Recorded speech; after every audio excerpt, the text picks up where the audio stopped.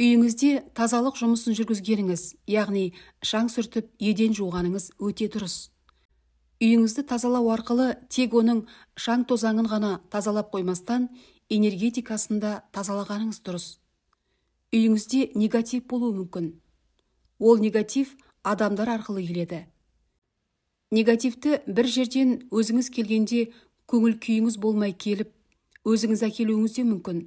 Я болмаса, отбасы мүшелерінің бірі әкелуі мүмкін. Және үйіңізге келген қонақтар әкелген болуы да мүмкін. Ол негатив үйдің атмосферасына кері әсер етуі мүмкін.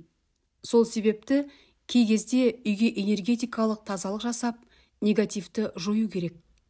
Оны мынадай қарапайым жолмен жасауға болады. Үйіңіздегі жиһаздардың, тағы да басқа бұйымдардың шаңын сүрткенде, немесе еденді жуғанда суға азғантай тұз салыңыз. Әр үй тазалаған сайын суға тұз салуды әдетке айналдырыңыз. Күндер өте үйіңіздің берекесі кіріп, шаңырағыңыз шаттыққа бөленеді.